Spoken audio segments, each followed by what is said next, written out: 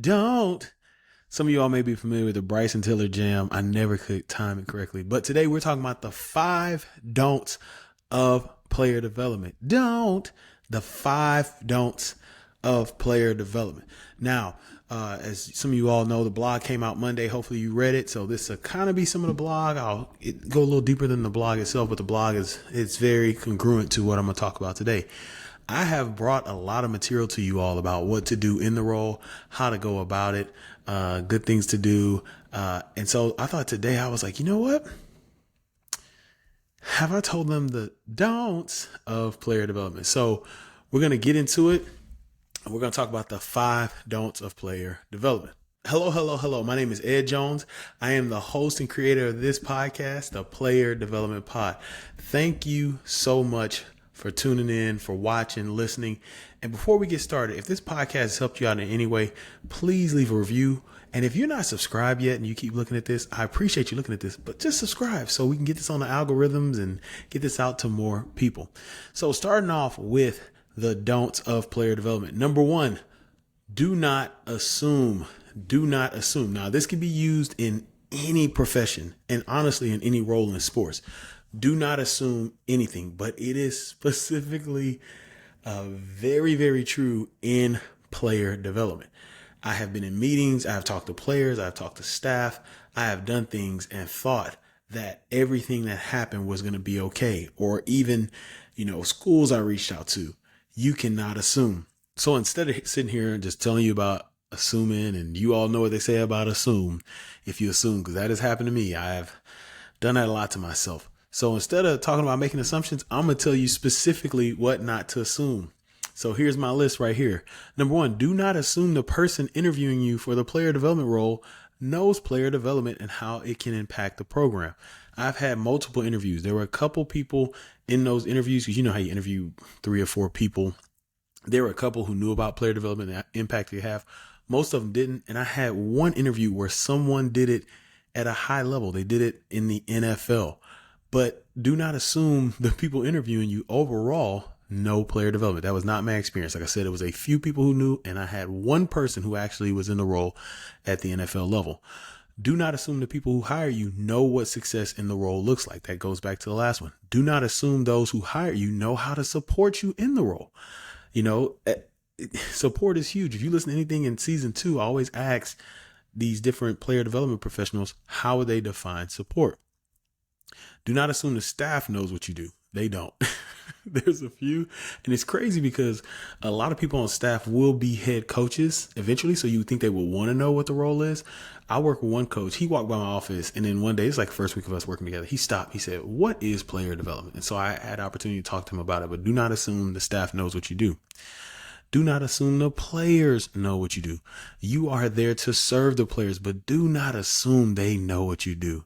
Do not assume they know what player development is. And even if you tell them, don't assume that it landed fully in the context that they would understand. So just don't assume it. They know who you are. They know they can go to you, but they may not know what you do and how you can help them. So continue to remind them. Do not assume the recruits know what you do. Once again, I've had recruiting trips. Hey, this is Ed Jones. He's our, director of player development. Recruits are like, what is that? And you have to continually remind them. So don't assume they know what you do. Do not assume the parents know what you do. There's parents of players and parents of recruits. Did I understand that there were some parents who, because of social media and posts kind of figured out what I did? Yes, there are some, but you just don't want to assume that all parents or all players or all recruits know what you do. Do not assume your meeting about programming was understood by all. So let's say we would do summer programming. I would lead a meeting. Hey, this is what we're going to do. We need you here. I need you here. I need you here. Do this. Do not assume when you leave that meeting that everybody understood what's being asked of them.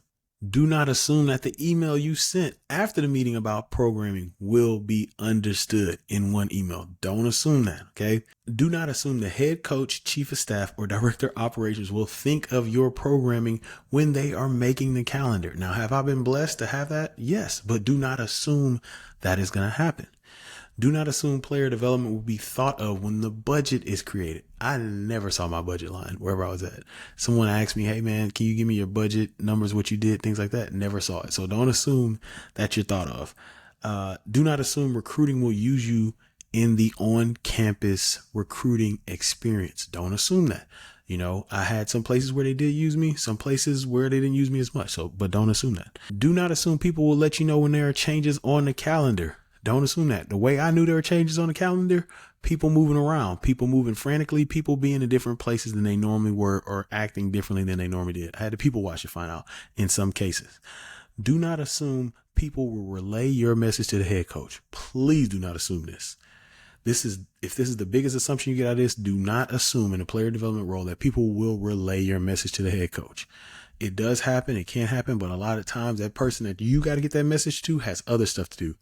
And their priority list will always trump yours. So you want to make sure that, don't assume, hey, I gave it to them. It's going to get to the head coach. You have to make that time with the head coach. Do not assume the community wants to work with the program you have. Don't assume that. I had an elementary at one school. I couldn't figure out why we couldn't get into the elementary. I looked at the principal. He went to the rival school. Made sense. Do not assume companies want to work with the programs or programming that you have. Do not assume former players know what you do, because most of them did not have this position when they were a student athlete. Do not assume former players will be bought into what you created and are continuing to create. And then lastly, do not assume the players know the expectations of the head coach, athletic department, university, and your player development program. Now, that's a lot. Those are a lot of assumptions. And some of you all are probably thinking like, man, is it really that bad? Once again, that was not my experience everywhere. But you don't want to assume, because I went to 3 universities, everything was different. So I assumed, hey, we did this here. This was going to happen here. We did this here. This was going to happen here. You cannot assume. So what did I do to help combat all the assumptions that I might have had from all my different experiences at different places? I over communicated. I had a sign in my office that says over communicate. I was looking for it, but I can't find it. But I did have this sign that I found that said, how can I be a better communicator today? So the way to help with all this, like I said, once again, I don't want this to be negative. This wasn't my experience everywhere, but you just don't want to assume. The way that I was able to help with that was over communicating. You don't want to assume anything. Over communicate. Hey, head coach, I know we talked about this. Just want to remind you. Hey, chief of staff, want to remind you this is on the calendar. This is coming up. Hey, so-and-so, I know this is coming up. Hey, speaker that's coming in a month. Hey, just want to let you know that this is your hotel. Want to make sure everything's good. Hey, coach, want to remind you, this recruit, you told me you want me ready at this time. Do you still want me ready at this time? Hey, recruiting, I know we got this visit coming up. I know y'all have me as pending. Are you guys certain you need me? Whatever it may be. But once again, just over communicate. People can be annoyed by that. But hey, I'd rather that than me assuming and making a out of myself. So to help combat the assumptions, please, please, please over communicate. Do not assume in the role. Number 2, do not do it alone. Do not do it alone. You can't do it alone. I just think, in my role, the 6 years, I was the only full-time person in the role, and that was tough. The best help I got was from Lauren Hawkins. Shout out to Lauren Hawkins, who's crushing it at the University of Arkansas athletic department right now. I have a podcast with her from season 1. I'll put in the show notes you need to listen to. But that was the best help I got. But full time, the player development department was me. So when we went to department meetings, I represented the department and I was the department. So you don't want to do it alone. So what I did was I created a group of people to help me. Dr. Lacey Carmen Johnson called this a board of directors. So I made sure that I had people that were, very close in the football program and outside in athletic department. In some cases, even on campus, to help create this super team of people that could help me in the role. So what I did was I looked at it one day. I was like, man, who could help me? And I looked at the people, because coaches have to go on the road, recruit. They got a lot of things going on outside of just coaching their players. They leave. And I was like, well, who's still here? Who's around the players whenever coaches are vacationing or recruiting or getting things done or at conferences, whatever it may be? It was me, sports med, the strength coach, academics, compliance, equipment, nutritionists, dietitians, and I feel like I'm leaving somebody else out. But that was the group. So we were all normally there. So I was like, you know what? Let me create bonds with these people, because these people can, with the 120 guys I have, I can't do it by myself. But if I get these 7 or 8 groups of people and then their staffs, that makes it about 40 to 50 people on my side who are able to see things that I may not see and I could communicate with. So I made intentional relationships with these people for the purpose of developing players to make sure we were good. So strength coaches, man, they were, I'm telling you, the relationship I have with strength coaches, I would go down and tell them, hey, so-and-so's got this going on before a lift. Hey, Jones, thank you so much. Or they would come up, hey, so-and-so missed this lift. Can you get, what's going on? Is anything going on? So we would talk about that. Sports med, same exact way. Whenever I saw that the player was hurt or player's injury or surgery, sometimes I would be able to take them to the hospital, or take them to an appointment, or be there for them. Academics, I met with academics daily about people, where they at, who's doing good, who's on the fence, who's not doing good, who do I need to get after, the nutritionist, dietitian, who's struggling putting on weight, who's struggling losing weight, who can I talk to, who can I encourage. Equipment, they're telling me everything. Equipment knows everything. Shout out to all equipment staffs I work with, but they know everything. How's the player doing? I could say, hey, he's kind of upstairs. I noticed this in class and workouts. Is this similar to what y'all seeing down there with equipment? Yeah, good or bad. They could be like, yeah, they can affirm that. Compliance, you're talking to compliance about certain things like programming, eligibility, different things like that. Hey, I want to do this. Are we able to do this? Or so-and-so, when he came down to your office, how was he? And so you create this group of people that help you in the role. You got these eyes all over the department because you're giving them value. They're providing value for you. We both are there to take care of the players. And so it creates this bigger group of player development. And I was blessed that at one university, we actually all got on a call and went through every single person on the roster. I thought that was incredible. It was something I wanted to do at a university I was at before, but I felt like I wasn't, I felt like I wasn't the person to call that meeting together. So it was awesome to see it at this other university. And I wish I would have done it at that previous university. But once again, do not do it alone. Another thing, every campus has a sports management program. And I know there are some of you all that are listening to this, or you're in pro sports, or maybe you don't have a campus and the compliance and different things. You probably do have some of the things I mentioned earlier. But if you're in pro sports, collegiate sports, that campus near you has sports administration or sports management. Find interns, preferably see if you could pay them. I understand everybody can't do it. But if you can, pay them. But there are interns there. There are interns that can help, that want to get the experience. The sports management program will help you out. Check them out. That's another way to build a good support. Like, once again, Lauren was a student. Thankfully, we got Lauren the second semester of her sophomore year. So she got 2 years with me. And then when I left, she ran it for a little bit before they hired some full-time employees to take care of it. But once again, that sports management program has people there. Find help there. And then there's going to be somebody in the athletic department that's interested in player development. A full-time person, maybe a young professional, or even a seasoned professional that's looking to transition to another role, maybe has done the outside external stuff and wants to do some more internal stuff, player facing help. They can help you too. So there's people there to help. There's opportunities to find people to help you, but do not do it alone. Don't do it alone. Number 3, don't over program. I have an entire podcast episode called Biggest Lesson I Learned. I'll put it in the show notes, that happened from this. So I get to University of Kansas and they're giving me a chance to program. What you got in the summer? I got all this stuff. I got an 8-week program. We're doing all this. They're allowing me to program. And I found out, that as long as I tied whatever we did in player development to recruiting, Coach Miles was good with it. So I'm sitting here, I got all this program, I got all this opportunity, and I'm just programming. I'm figuring this out. Okay, we're going to do position group programming, team programming, individualistic programming, all this. I'm reaching out to former players. You got things set up. So we got internships set up, community impact set up. We got speakers coming in. We got a whole, summer series of things we're going to do. We got it all set up. And I'm just so focused on making this happen logistically, answering emails, making calls, things happening. So one day I'm sitting in my office, and Lauren was in the office, and one of the players came in. He had to hand me something. So he hands it to me, and I'm just like, I'm looking at his computer. Let's say he's right here. I just grab it. And I just keep going, right? My eyes are there. Hey, thank you so much. Appreciate you. I'll get this to coach. And so Lauren's like, in her typical Lauren voice, Ed Jones. And Lauren, if you listen to this, that's exactly how you sound. Ed Jones. I was like, what's up, Lauren? He's like, did you not notice his body language? I was like, you know what? And she knew I didn't notice his body language because I was looking at the screen. So I'm like, nah, Lauren, I did not see his body language. She's like, Ed Jones, I think he wanted to talk to you. I'm like, Lauren, he just wanted to turn in the worksheet.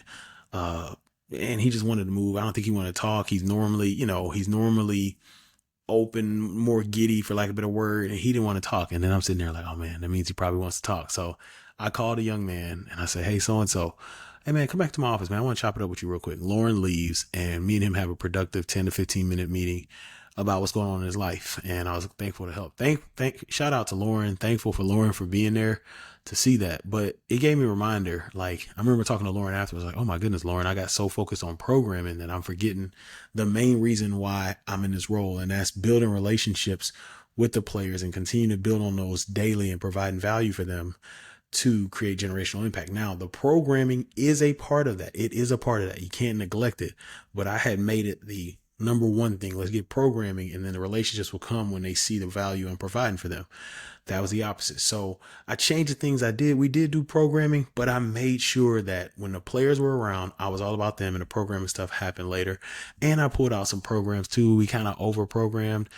So I started pulling some stuff out and just talking to them about what they wanted to hear, what they wanted to do, what they wanted to see. And so, that changed. So shout out to Lauren Hawkins for that. But yeah, you do not need to over program. Don't over program. Number 4, speaking of programming, do not program during training camp. Now, specifically, I worked in college football. I never programmed during fall camp and spring ball. I know some of you all listening, you do other sports. So I just said training camp or whenever, you all are getting ready for the season. The reason why I do not do any programming during that time is because that is a highly competitive time. They are competing with their teammates for spots. Coaches are a little tight and they don't want to hear, even head coaches at time like, hey, we're going to go do this. We're going to do this. It is competitive. We're trying to get ready for a season. That coach has to win.